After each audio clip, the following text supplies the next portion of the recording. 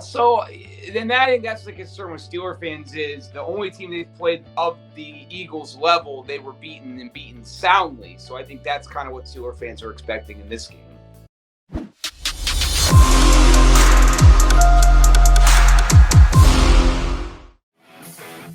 It's always a pleasure to see my man Bryan DeArdo. Look at you, man. You're ready to go. I'll tell you what. I always say I'm tired at 7 o'clock. You look like you got your caffeine. You got your morning run. You're good.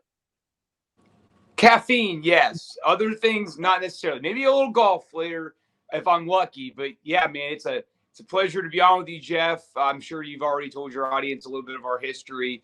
And I have to congratulate the Phillies. I think they have a World Series berth. So got to congratulate them. And, now I'm going to do my annual not watch baseball for 6 months, but then watch the World Series. So looking forward to that. And what do you think? You think the Phillies have a chance to bring this one home?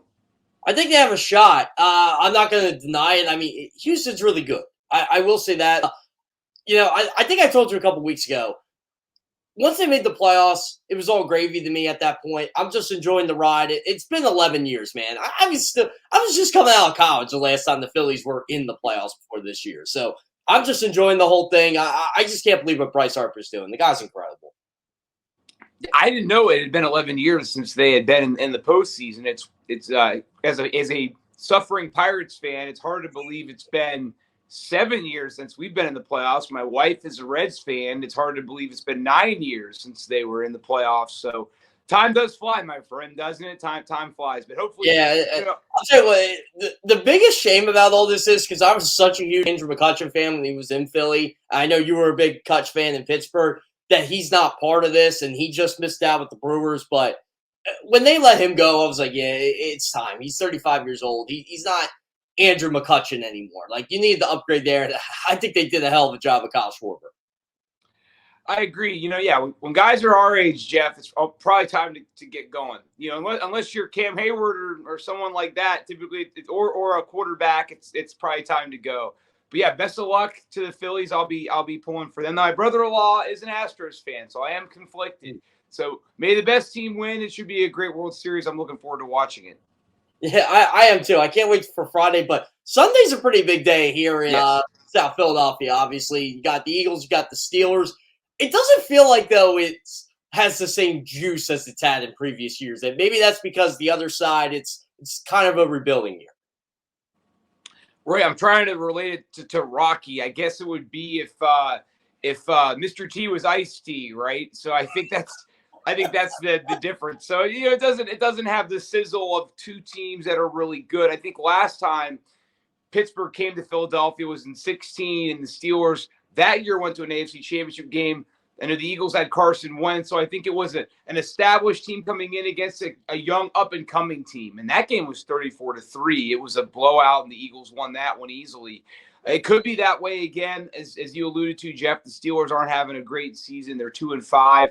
Now, we'll say this, of their 5 losses, I'd say, 3 were one-possession games where they were right there. New England, the Jets, and then the other night, they just lost again. So they've been in most of their games. The Browns was kind of a more decisive loss, even though they were in that game until the fourth quarter.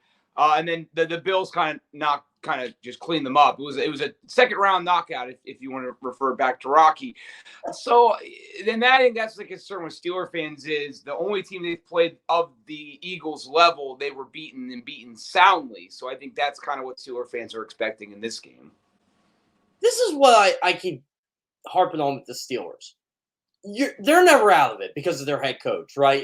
Every time you think they're bad, they lose close to the Dolphins, or they beat a team. I forget who they beat last week. Buccaneers beat the Buccaneers. Yeah, the Buccaneers, exactly. And maybe the Buccaneers aren't that great, but they still beat them, right? Yeah, this is a week after they get blown out by Buffalo. So, I mean, that they're going to bring it Sunday with Mike Tomlin, no matter what the talent deficiency is. Well, and I know, Jeff, that you coach, I coach, not football, we coach other sports. I think you'll appreciate this. So I was in the locker room after the Steelers beat Tampa.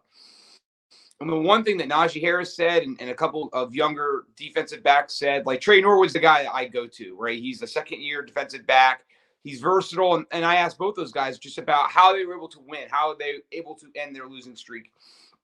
And they said they've been spending more time outside of practice, meeting together, going over more notes, over communicating. And again, as a coach, that's what you like to hear, that the guys aren't just doing the go to practice for 2 hours, then leaving. They're staying after, getting the extra stuff done. I mean, they're, as you said, Jeff, they're not mailing the season in. I think a lot of people want to say, oh, they're playing for next year. They're trying to win every game they're playing, right? So they're not mailing in anything. And so you're seeing the extra work outside of practice. You're seeing it in games. The secondary has played really well, even though they've had some injuries there. The game that Tom Brady, they beat Tom Brady. They didn't have Cam Sutton, Minka Fitzpatrick, Ahkello Witherspoon, 3 starters in their secondary. They didn't have those guys. So I think that, the issue against the Dolphins was, and Mike Tomlin really harped on it after the game, obviously the offense is still work in progress with a rookie quarterback, but they had 4 dropped interceptions, and 2 of those drops resulted in first half field goals by Miami. So instead of, being down 16-10 at halftime, it would have been a tied score. Then, late in the game, Miami has a 3rd down throw and the Steelers don't intercept it. That would have saved them maybe 10 to 20 seconds and game clock, and they would have had 17 more yards to work with. They end up throwing an interception to lose that game. So it's the little things, right? And you know this, Jeff. When you cover teams that are struggling, are you executing? Are you capitalizing on opponents' mistakes? The Steelers aren't doing that enough. That's one of the reasons why they're 2-5. But as you said, they're doing the little things to try to right the ship, try to make sure that this season doesn't end up being Mike Tomlin's first losing season. This is what's tough for me with the Steelers. TJ Watt makes such a difference in that defense, especially in the pass rush. I mean, the Steelers have had 50-plus sacks in each of the last 5 years. And coincidentally, J. Watt's been there. They are not that this year. They're last in the league in sacks without TJ Watt. Now, if you count the game with TJ Watt, they're in the middle of the pack. But Watt has made such a big impact. Is there any way he comes back by Sunday, or is he still hurt? Oh, that's a good question. Mike Tomlin's going to talk today. There might be a question about his status. I would say no. I would say they're probably going to wait till after the bye. I didn't know about that sack thing, Jeff. That's why you're so good at what you do. You throw these numbers. I don't know these things. So, threw a haymaker at me, southpaw. So I think no, I don't think he'll play. Now he is, again, getting better. I'm sure people see him doing the pregame warm-ups. He's been kind of working out by himself or to the side during practices, in between plays, or he'll do his mental reps. But yeah, I think the issue with them is, last year they brought in Melvin Ingram, which I thought was a great signing right before the season, but then he wasn't happy with his role in the team. He wanted to be a starter. He's obviously proven with Miami, and that he can be a good quality starter. He's not what he used to be, but he's still a solid player. They got Malik Reed before this season, and thank goodness they got him, because they wouldn't really have anybody of starting quality since Watt's been out. But yeah, it hasn't been the same. The interesting thing is, prior to this weekend, Alex Highsmith, their 3rd-year linebacker, was leading the league in sacks, number 56. So you can't sleep on him, right? So, I know that they're not, and they're still getting decent pressure. The sacks aren't there, kind of similar to Cincinnati, where they're not getting a lot of sacks. I know they had more in their last game against Atlanta, but the Steelers are getting home to a degree. So, and they're doing more things with their linebackers and blitzing and things of that nature. Steelers defense is good. It's a good defense. Again, I know that they really were rough against Buffalo, but you take that game away, and the fact that they didn't allow any points in the second half this past weekend, and that was a big issue with them. Most of the season has been allowing 4th quarter touchdowns. Even against Tampa, they allowed one, and they allowed one, I think, in each of their previous 3 losses. So they're getting better there. Minka Fitzpatrick's an amazing player, and I think Eagles fans, you'll enjoy watching him. He's an excellent player. But yeah, that defense is not the same without TJ Watt. How's Kenny Pickett been looking? I think he's been mostly showing, he's promise. I think he's showing a lot of promise, but he's making the mistakes that rookie quarterbacks make. And you could sit back and say, they probably have a winning record right now if Mitch was their starting quarterback. And I would agree with you. I think they win against the Dolphins. They have, it's a 16-10 game. They have 2 drives late to win the game, and he throws interceptions on both drives to lose the game. And And then the last interception was classic rookie mistake, right? Where he has a lane to run, he can get out of bounds, he can stop the clock, get a first down, he throws it anyways. Miscommunication with Deontay Johnson, interception. They lose the game. So he's thrown 7 interceptions since he came in, and I think he's only played in 3.5 games. So he's thrown a lot of interceptions, and I would imagine that's going to continue against Philadelphia. And I don't know if they're going to try to rein him in. I think they want him to test the boundaries of his ability. But he's fearless. He's decisive for the most part. He has indecision, like that last interception. He reads the field pretty well, even though every game there's 2 or 3 plays where you're like, oh, especially in RPOs, where you'll look back and go, hey, instead of throwing right, he should have thrown left to the backside where the back would have had 20 yards. So there's things he does like that are frustrating if you're a Steelers fan, but doesn't get sacked a lot, has great mobility, and a lot of first down runs he'll make. It's not a designed run. He'll drop back to pass and he'll see the middle of the field open. He'll take it. He'll slide. He's smart there. He has a great rapport with George Pickens, rookie receiver, Pat Freiermuth, decent rapport with Najee Harris, not a great rapport with Deontay Johnson. And both those interceptions at the end of that game were to Deontay. And he's still working on his rapport with Chase Claypool. Calvin Austin, rookie, that they were really hoping would add some splash to the offense. He hasn't played yet. He could play Sunday if he's activated off the PUP. But in general, I like him. I think he's got a lot of potential, but he's going to make the mistakes that could cost Mike Tomlin his first, his streak of non-losing seasons. But again, if you're playing the long game, this is fine. You're not gonna like these losses, but you're gonna understand this is part of the process of having a rookie quarterback. If you're trying to win now, or if you're Mitch Trubisky, probably not very happy. Chase Claypool, I've been hearing he's subject to trade rumors. If the Steelers could trade him, they will. Have you been hearing anything? I mean, you're in that locker room. Like, have you been hearing anything regarding him? No, I don't think he'll get traded unless he makes a stink of it. I don't think he'll get traded. I mean, to put it, and I know this is a different team, but to put it in perspective, Martavis Bryant publicly requested a trade 5 years ago, and he wasn't as intricate in the offense as Chase, and he was in the last year of his contract. The Steelers suspended him for a game and said, we're not trading. And so that's kind of how the Steelers do business. I mean, and they need him, right? I mean, if one receiver gets hurt, because Deontay had a little injury scare on Monday night, or Sunday night rather. So, if there's one injury, he's in. I mean, the Steelers really don't have much depth at receivers. They said Calvin Austin hasn't played yet. Gunnar Olszewski, they don't use it all as a receiver, which is this. I thought he would have more. Again, and this is where if you watch training camp, a lot of times you see things, you get excited in the seasons. It's like watching the spring game, right, in college. The spring game, every year there's a guy you think's going to do something, and then nothing happens. And Steven Sims never is used either, a receiver they got from the Commanders and whatever. So they need him. I mean, so there's been sources, and I've heard the same thing. My sources have even said this too. I don't have many. I have one source, but regardless, it would take a Christian McCaffrey-like trade for him to get moved. And so what team's going to give up 4 picks for Chase? I mean, I know there's a lot, and there's just, as you know, Jeff, there's a lot of receivers I think that are on the trading block already. There's 2 alone with Denver with Hamler and Judy. So I don't think he's going to get moved, but I don't think he's in their long-term plans either. I think Pickens is. They've already locked up Deontay for a few more years after this year. So I know Chase is frustrated. He spoke openly after Monday night's or Sunday night's loss, but he's not going to get dealt unless somebody gives him an offer they can't refuse. What's the vibe around Mike Tomlin? I keep feeling Steelers fans are a little spoiled by him. They're like, oh, we can do better. I'm like, well, I'll tell you what, as someone who's had Andy Reid for 14 years, it is still hard to do better than Andy Reid. That's a great question. Before I got into the media, I wasn't a huge Mike Tomlin fan. I probably took him for granted as a fan. And then the more you get into the business, you realize how great of a coach he is. And I think one thing you understand is that maybe not a lot of the average fans. I think a lot of fans are smart. My dad's a lot smarter than me, and he doesn't do what we do for a living. But but I think maybe some average fans or the average fan might say,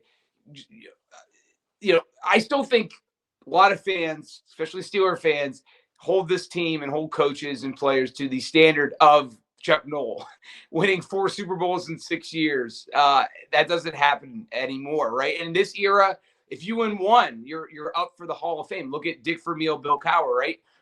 You win one ring and you have a strong body of work to complement that ring, you're probably going to Camden. I think that's the way it should be in this era, right? It's not like, in the 80s and 70s and 90s when only 4 teams were winning all the championships. So, and I think that Mike Tomlin's done a great job because, again, in the NFL, I think the biggest thing is you're going to have a lot of turmoil. You're going to have injuries, trade requests, locker room turmoil, contract issues, right? You're going to have all outside distractions, bad calls. It's how you handle it. It's how you keep your team believing. I've never seen a team quit on Mike Tomlin.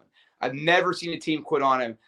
He is a great, as you said, I think he's great at game planning. In game, not the best, timeout management. I think he's gotten a lot better, challenging calls. He's not the best, but again, who's going to be a 10 for 10? Even Bill Belichick's not a 10 for 10 as far as a coach. 9.5, 9.2 maybe, but not a 10. So I think he's a great coach. I think he's a Hall of Fame caliber coach. They've never quit on him. I think he's got a great rapport in the locker room, while also having the respect of the locker room. I mean, people call him a player's coach, but I wouldn't want any other guy coaching the Steelers. And again, outside of Andy Reid and Belichick, I mean, what other coach would you want? And maybe in the future, Sirianni. Maybe in the future, Mike McDaniel or some of these younger coaches. But for now, I put Mike Tomlin on the Mount Rushmore of coaches currently in the league. This is one thing about Bill Belichick I didn't understand last night. He said the plan was to play Mac Jones and Bailey Zappi. Fine. But don't you think the timing was a little awkward after Mac Jones throws a pick and all of a sudden he's benched?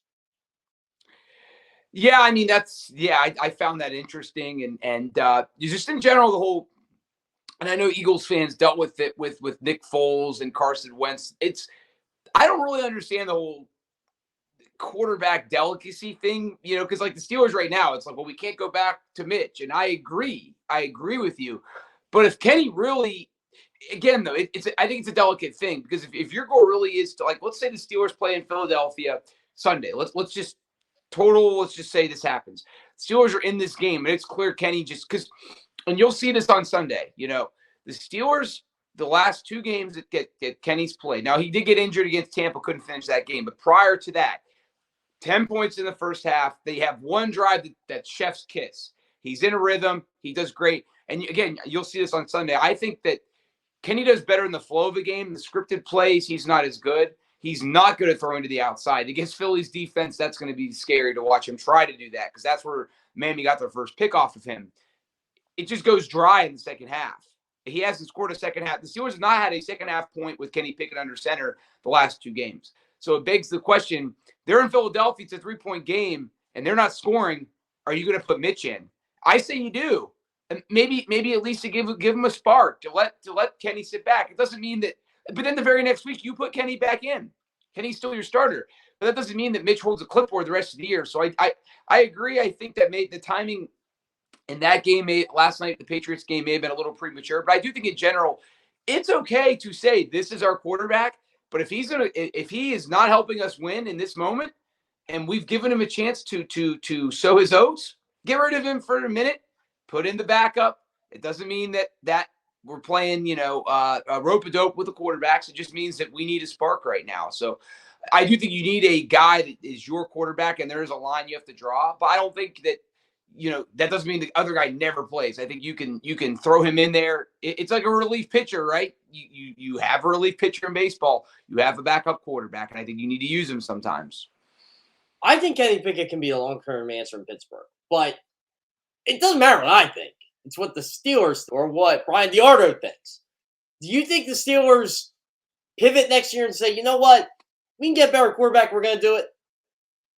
Well, real quick too, Jeff, and just to give your viewers kind of off the camera thing, we can go until 7:50. I was gonna let's say that before because I had some plans going on, but I pushed them back because I wanted to talk to you, and I knew you and me are talkers. And I knew we were going to talk a lot, so we don't shut up. That's our problem. Correct. Well, you're good at this. You're good at this radio. I talk a little too much. I need to learn to condense, but I think Kenny is. I think he is the long-term guy. And I think he has a lot of the same qualities that Ben had. He's got intangibles.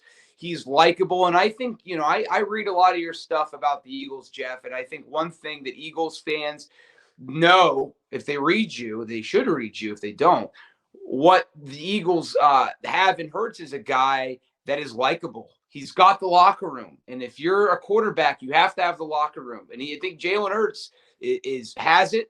And I think that's tough, especially when you're replacing another quarterback and it's not the most seamless and it can be tough. Kenny has the locker room. And Mitch did too. Mitch was named team captain. He's still a team captain. So, I think the guys like Kenny. He's got command. He's got moxie. He's got confidence, maybe a little too much confidence because he's throwing these interceptions. But, I know a lot of people are like, well, he was probably a second or third round pick. To me, it doesn't matter where a guy's drafted if he can play, right? Right. Like, again, we talk about quarterbacks in a different vein than we do other positions, right? Like, I don't know. I think McNabb was a fifth or sixth overall, but it doesn't matter. Like, it doesn't matter where you were drafted. It's how you play. And I think Kenny is a really good player. The biggest thing that scares me, and again, you see it with Mitch. If you watch the end of the Tampa game, they won that game. They didn't give Tampa the ball back after they scored because he made some really good completions where the receiver was falling away and made a sideline catch that Kenny can't make. That is tough, right? It's tough to acknowledge as a writer of the team. And if you're a fan, you know that. You know Kenny can't make that throw. But Kenny can do a lot of other things. And I think if I'm the Steelers, I think you need to kind of just get rid of more of the scripted plays. And I think, again, and you see this with the Eagles. You see this with every quarterback in the league. Let him just simplify it. Just let him make the plays that he's comfortable with. And again, you see it with the Bengals, right? Like they know what they're going to do. They're going to throw it to Jamar Chase. They're going to throw it. They're going to give it to Joe Mixon. And then they're going to sprinkle in a Tyler Boyd, a T. Higgins, right? Hayden Hurst. Let him throw to Pickens. Let him throw to Freiermuth. Those are the guys he's comfortable with. Let him go there. The defense can't even stop it sometimes, even if they know it's coming. Then let him organically get in the flow of Deontay, Najee, Chase, the other parts of the offense. I think sometimes they make him too scripted. But I'd like to see the offense breathe a little bit more. I think that they can run the ball a little bit. I think if the Eagles are susceptible anywhere, it's in the running game. The Steelers have started to show some growth there. Jalen Warren is for years. You heard the Steelers going to use second running back. They never do. They finally are. So I think that the Steelers can do that. I think if they can contain Hurts, the Steelers haven't had a lot of experience against mobile quarterbacks this year, and they did a good job against Tua. And I think Hurts is obviously a lot more. He is what, Jeff, the second most dangerous running quarterback in the league, second to Lamar. Would you agree? I would agree with that, yeah. Yeah, so I think that's going to be a challenge. I think the Steelers can make this a close game. I think it could be a 23-13 kind of game. If I'm picking this game, I think it's 26-14, 27-16, something like that, where it's a double-digit game in final score, but maybe not in the 60-minute competition. Is Jalen Hurts the MVP this year through 7 weeks? That's a better question for you. You're the outsider here. The outsider. I think he's an all-pro. I think he's an all-pro. I think he deserves an all-pro. So I'm more of an AFC guy. I'm more of a biased guy. I think Joe Burrow is playing lights out right now. For 7 weeks, let's go Jalen Hurts. I'll ride that bandwagon. Let's go there. They're undefeated, and he's the best player on an undefeated team. And what he's doing, running the football, the growth that he's made in such a short amount of time. I think Sirianni's coach of the year. I think he's, and I know that other coaches, I think Daboll's done a great job, but to me, it's not about, they always give it to the coach that's it's the surprise, but maybe not the guy that really deserves it. I think that the buy-in the Eagles have had with Sirianni. We all remember that first press conference with Sirianni, and you're sitting there and you're like, ooh, what he's done since then, and just the buy-in from the guys. But I think the last 4 or 5 weeks, that Burrow might be Hurts' biggest competition because 500 yards almost this past Sunday. I mean, he's playing at a level that's pretty amazing. That offensive line has gotten it together. Now, so I think the answer is yes, but I think Sirianni coach of the year. And I think also, and the other thing too, he's spreading the wealth around. He really is, and I love Smith, the guy you have, the second-year receiver, and I love Miles Sanders. I know you do, Penn State kid. Got him on a fantasy team, and he delivers for me, so it makes me happy. But, it's a great team, and I'm happy the Eagles fans are having this success. One guy I want to mention, too, if we have time, Javon Hargrave. Excited to see him play. A guy the Steelers loved when they drafted him in the 3rd round. I think he played for South Carolina State. Do you know what his nickname was in Pittsburgh? And I don't think he likes it. So if you're in the locker room with him, don't mention it because I don't think he'll like it.